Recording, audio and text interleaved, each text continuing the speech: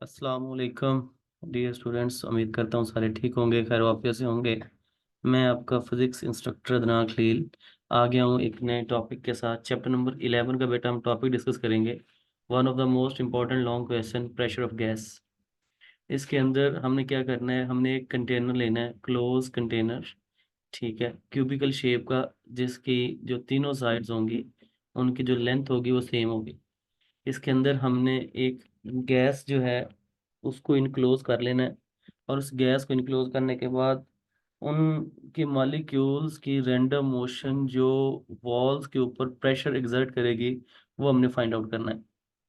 अब pressure find out, क्योंकि हमारे पास जो नंबर ऑफ मॉलिक्यूल्स हैं वो n है, और n मॉलिक्यूल्स का हम कलेक्टिवली जो प्रेशर है वो फाइंड आउट नहीं कर सकते। तो हम क्या करेंगे, पहले हम एक इंडिविजुअल, क्योंकि हमने इससे पहले काइनेटिक थ्योरी पढ़ी है, और काइनेटिक थ्योरी के अंदर हमने जो है ये अजम्पशन दी है कि तमाम मॉलिक्यूल का साइज क्या है, सेम है। तमाम का जो प्रेशर है वो हेड डाउन कोलिजन की वजह से होता है। तो इस वजह से हम किसी एक सिंगल मॉलिक्यूल का प्रेशर निकालेंगे, और फिर उसको हम जो है तमाम जो एन मॉलिक्यूल्स होंगे वो एक सिंगल मॉलिक्यूल्स के तर्ज पर जो है वो प्रेशर लगा रहे होंगे। तो हम फिर उन तमाम मॉलिक्यूल्स से उसको कंपेयर करके ओवरऑल गैस का जो प्रेशर है जो वॉल्स ऑफ कंटेनर्स पर लग रहा है वो हम फाइंड आउट कर लेंगे। ओके। तो हमारे पास जो प्रेशर एग्जर्ट हो रहा है, फर्ज करें हमारे पास जो एक कंटेनर की एक साइड है ना, ये वाली ले लें along Y axis, along X axis ले लें या अलोंग जी एक्सिस ले लें, उसकी लेंथ कितनी है, एल है। उसके अंदर एन नंबर ऑफ क्या हैं, मॉलिक्यूल्स। तो क्योंकि तीनों साइड्स जो हैं वो सेम है, इसलिए जो उसका एरिया आएगा वो लेंथ मल्टीप्लाई बाय विथ भी होगा, तो लेंथ मल्टीप्लाई बाय लेंथ हो जाएगा, वो एल स्क्वायर हो जाएगा। और इस तरह जो वॉल्यूम होगा वो एल क्यूब हो जाएगा। ठीक है। अब फर्ज करें हमारे पास एक सिंगल मॉलिक्यूल है। ठीक है। और उस सिंगल मॉलिक्यूल का मास क्या है, एम है। किस वेलोसिटी से मूव कर रहा है, वी से।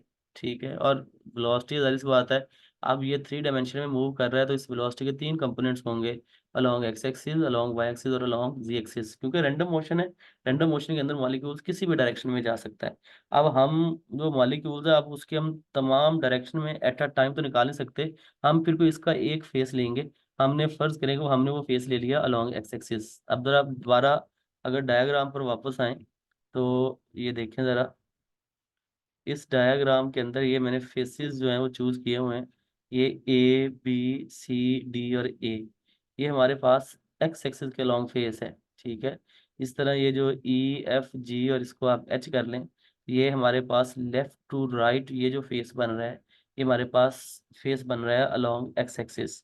ठीक है। और इस फेस के अलोंग हम निकालते हैं प्रेशर एक सिंगल मॉलिक्यूल का। तो प्रेशर निकालने के लिए हम सबसे पहले फाइंड करेंगे उस मॉलिक्यूल्स का मोमेंटम। मोमेंटम हमारे पास क्या होता है, P is equal to M V. अब इनिशियली जो पार्टिकल मूव किया है, ठीक है, वो इस फेस से इस फेस की तरफ गया है, तो हम उस मोमेंटम को कह देते हैं पी आई। ठीक है। एम, क्योंकि उसकी वेलोसिटी क्या है, V one X, V one है अलॉन्ग एक्सिस, तो क्या आ गया, एम वी वन एक्स। अब अगर जो ग्लेयन है हमारे पास वो परफेक्टली इलास्टिक है, तो वही मॉलिक्यूल जो है वो अगले फेज से टकरा कर वापस आ जाएगा। तो हमारे पास जो चेंज इन मोमेंटम होता है वो क्या होता है, final momentum minus initial momentum. अब ये फाइनल है और ये क्या है, इनिशियल। फाइनल के साथ साइन माइनस का इसलिए है क्योंकि उसकी डायरेक्शन क्या हो गई है, ऑपोजिट। तो हमारे पास जो चेंज इन मोमेंटम आया जब एक मॉलिक्यूल मूव किया from left to right along X axis, तो हमारे पास ये उसका चेंज इन क्या आ गया, मोमेंटम आ गया। अच्छा। अब जो टोटल डिस्टेंस है, मैंने क्या कहा था कि हर साइड की लेंथ कितनी है, एल है। यहाँ से यहाँ तक मूव किया तो कितना डिस्टेंस कवर हुआ है, एल। ये यहाँ से वापस आया तो फिर कितना डिस्टेंस कवर हो गया, एल। और एल कितना हो गया, टू एल। तो हमारे पास जो टोटल डिस्टेंस आ गया वो कितना आ गया, टू एल। ठीक है। किस टाइम के अंदर, डेल टी के अंदर। सर ये हम चीज़ें क्यों फाइंड कर रहे हैं, क्योंकि हमारे पास जो प्रेशर है वो क्या होता है, फोर्स पर यूनिट एरिया। ठीक है। अब फोर्स पर यूनिट एरिया है, सर उसका फिर इससे क्या लिंक है, देखिए मैं आपको चीजें ना जो है वो इंटरकनेक्ट करवाता हूँ। अब हमारे पास ये प्रेशर हमारे पास क्या होता है, अल्टीमेटली हमें फाइंड तो प्रेशर ही करना है ना, फोर्स पर यूनिट एरिया, ऐसा ही है। अब ये आ गया। अब इससे सर हमने आगे कैसे निकालना है, देखें हमारे पास pressure force per unit area है, तो हमने इम्पल्स की एक डेफिनेशन पढ़ी थी जिसके अंदर हमारे पास क्या होती है कि rate of change of momentum is always equal to applied force. या मोमेंटम जो होता है, अब मोमेंटम को भी पी से शो करते हैं। अब मेरे पास क्योंकि साइन नहीं है तो मैं इसी को, ये पी यहाँ पे मोमेंटम है, तो किसके बराबर होता है, एफ मल्टीप्लाई बाय टी के, एफ मल्टीप्लाई बाय टी। अब ये मेरे पास मोमेंटम होता है। अब मोमेंटम मेरे पास अगर ये है, तो आपके पास मोमेंटम ऑलरेडी निकल आया, चेंज इन मोमेंटम। और हमें यहाँ पर क्या चाहिए, फोर्स निकालनी है। फोर्स निकलेगी, यहाँ पे पुट करूंगा इन टर्म्स ऑफ मोमेंटम, फिर एरिया की वैल्यू हम ऊपर निकाली, वो पुट कर लेंगे तो हमारे पास क्या आ जाएगा, प्रेशर आ जाएगा। तो बेसिकली अगर मैं कहूँ तो मेरे सबसे पहले फाइंड आउट करनी है फोर्स। और फोर्स किसके बराबर आएगी, फोर्स बराबर आएगी मोमेंटम पर यूनिट टाइम। ठीक है, स्मॉल टी लिख लें। अब ये मोमेंटम पर यूनिट टाइम आ जाए हमारे पास, फोर्स मोमेंटम तो हमने निकाल लिया है, अब हमने क्या निकालना है, टाइम। टाइम निकालने के लिए हम फिर क्या इक्वेशन यूज करें, देखें, एस इज इक्वल टू क्या होती है, वी टी। ठीक है, एस इज इक्वल टू क्या होती है, V T. T is equal to क्या आ जाएगा, एस बाई वी। अब एस कितना कवर हुआ है, 2L। ठीक है, वी किसके अलॉन्ग है, अलॉन्ग एक्स एक्सिस। ठीक है, और टी कितना है, डेल टी आ गया, तो डेल टी किसके बराबर आ गया, 2L बाय V1x। ठीक है, अभी हमारे पास क्या आ गया, टाइम। अब टाइम भी आ गया हमारे पास, और ये मैं जरा इरेज कर देता हूँ ताकि हमें इसको मसला ना हो, इसको मिटाना पड़ेगा। ओके चलें, अब डेल टी भी आ गया, और हमारे पास क्या आ गया, डेल पी। अब हम क्या निकाल सकते हैं, फोर्स। ये टॉपिक इसको छोड़ दें आप, इस कैलकुलेशन को, ये नंबर ऑफ क्लियंस के बारे में। अब हमारे पास फोर्स आ गई, del P by del T. Del P की वैल्यू पुट कर लें और डेल टी की वैल्यू पुट कर लें। अब ये मेरे पास फोर्स आ गई। ठीक है, वो मॉलिक्यूल्स पर जो वॉल ने लगाई मॉलिक्यूल के ऊपर। अब न्यूटन थर्ड लॉ क्या कहता है, जितनी वॉल ने फोर्स लगाई किसके ऊपर, मॉलिक्यूल के ऊपर, मॉलिक्यूल भी उतनी ही फोर्स लगाएगा किसके ऊपर, वॉल के ऊपर। तो हर एक्शन का रिएक्शन क्या होता है, उसकी मैग्नीट्यूड क्या होती है, सेम। डायरेक्शन क्या होती है, ऑपोजिट। जो मॉलिक्यूल की फोर्स लगी ना, वो F1x है, वो इसके बराबर, इसका नेगेटिव आ गया, कि माइनस माइनस क्या हो गया, प्लस। तो ये हमारे पास आ गई एक सिंगल मॉलिक्यूल की फोर्स। ठीक है, अब सर ये फोर्स तो आ गई हमारे पास, अब यहाँ से प्रेशर कैसे निकलेगा, देखें। सबसे पहले क्या निकाला, मोमेंटम। मोमेंटम से क्या निकाली, फोर्स। फोर्स निकालने के लिए हमें क्या चाहिए था, टाइम। टाइम निकाला। अब हमारे पास जब फोर्स आ गई, और इस फोर्स की वैल्यू को जब हम किसके लिए, प्रेशर के यूज करेंगे, सर प्रेशर कैसे निकालना है। प्रेशर देखो भाई, यहाँ पे अब सिंगल मॉलिक्यूल की तो बात मैंने करनी नहीं है। याद रखें, जब आपने प्रेशर निकालना है तो आपने प्रेशर तमाम मॉलिक्यूल्स का अलोंग एक्स एक्सिस निकाल लेना है। लेकिन उसके लिए हमें सबसे पहले फोर्स निकालनी है उन तमाम मॉलिक्यूल्स की जो किसके अलोंग है, एक्स एक्सिस के अलोंग है। अब मेरे पास सिंगल मॉलिक्यूल की फोर्स अलोंग एक्स एक्सिस आ गई हमारे पास, क्या, 2mv1x divide by del T. और डेल टी की मैंने वैल्यू पुट कर ली 2L/v1x। ठीक है, अब ये V1x जो आ गई, ये वैल्यू पुट करने के बाद मेरे पास जो F1 की, ये 2 से 2 क्या हो जाएगा, कैंसिल हो जाएगा। ये V1x ऊपर चला जाएगा, क्या बन जाएगा, V1x का स्केयर। V1x का स्केयर डिवाइड बाय क्या आ जाएगा, L आ जाएगा।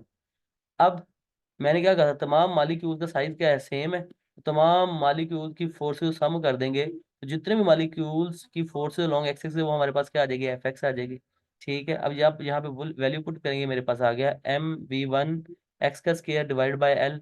लेंथ क्या है, सेम है, तमाम मॉलिक्यूल का मास क्या है, सेम, इनके साथ आप कुछ भी नहीं लिखेंगे।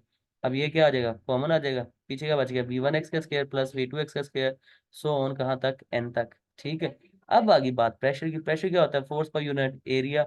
अब प्रेशर किसके अलोंग, एक्स एक्सिस के अलोंग। एफ एक्स हमने निकाल लिया ऊपर, ये निकला है आपके पास। ठीक है, अब इसी, ये जो वैल्यू हमने निकाली है, ये वाली वैल्यू, अब इसी को यूज करते हुए हम क्या निकाल लेंगे, प्रेशर निकालेंगे किसके अलोंग, एक्स एक्सिस के अलोंग। ठीक है, अब उसके लिए हमने क्या कह दिया, P X is equal to F X by A तो हमने ऊपर निकाला है, length multiply by with, value put कर ली हमने।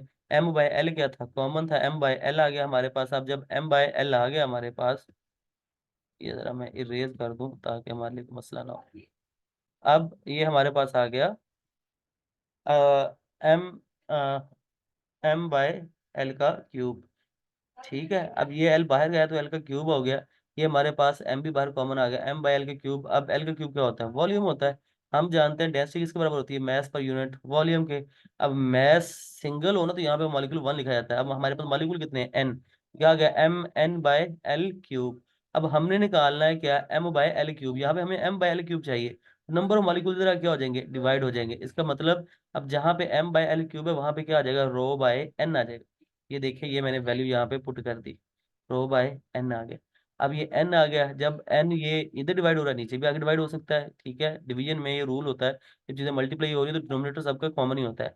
अब ये तमाम वेलोसिटी का स्केयर है divide by number of molecules है, ये हमारे पास रिजल्ट आएगा एवरेज का। एवरेज को हम इस तरह लिखते हैं, अब ये मेरे पास आ गया प्रेशर मॉलिक्यूल्स का किसके अलोंग, एक्स एक्सिस के। अब तमाम एक्सिस एक दूसरे क्या है, परपेंडिकुलर, तो तमाम एक्सिस पर जो प्रेशर होगा तमाम का क्या होगा, सिमिलरली जिस तरह पी वाई है, पी एक्स का इस तरह पी वाई होगा, बस कंपोनेंट कौन सा आ जाएगा, वेलोसिटी का वाई वाला, फिर जी वाला, ठीक है, ये आ गया हमारे पास। अब तमाम जो मॉलिक्यूल्स के कंपोनेंट की वेलोसिटीज हैं, उनको अगर हम सम करते हैं तो टोटल वेलोसिटी हमारे पास आ जाएगी, ठीक है, क्योंकि एवरेज स्केयर वेलोसिटी का है। इनको ऐड करें, अब जितनी वेलोसिटी लॉन्ग एक्स एक्सिस है उतनी लॉन्ग वाई होगी, उतनी लॉन्ग क्या होगी, जी एक्सिस होगी।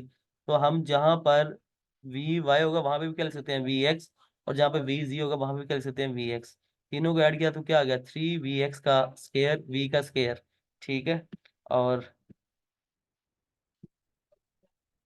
ये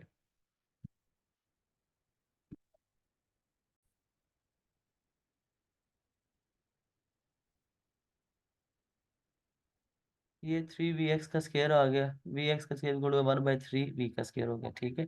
अब जहाँ पे प्रेशर था आपका वहां पे अब ये पी एक्स के लॉन्ग ये आप वैल्यू पुट कर दें, ये वन बाई थ्री आ गया। अब जो प्रेशर लॉन्ग एक्सिस है वही प्रेशर लॉन्ग वाई एक्सिस होगा, वही प्रेशर क्या होगा लॉन्ग जी एक्सिस, उसको हम सिंपल क्या लिख सकते हैं, प्रेशर लिख सकते हैं।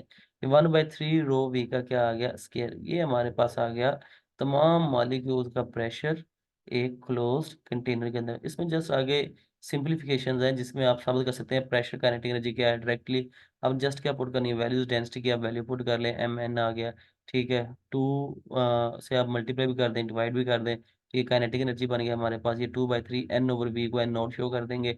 अब two by three N naught क्या है हमारे पास, एक कॉमन फैक्टर है, तो पी डायरेक्टली क्या आ गया, काइनेटिक एनर्जी। इसका मतलब क्या है कि प्रेशर जो होता है वो काइनेटिक एनर्जी क्या होता है, average translational kinetic energy. Translation मतलब होता है जिसमें सिर्फ लीनियर मोशन इंक्लूड है और कोई मोशन इंक्लूड नहीं है। यही चीज़ हमने साबित करनी थी। नेक्स्ट वीडियो के साथ जल्द हाजिर होंगे, तब तक के लिए दुआ में याद रखिएगा, अल्लाह हाफिज़।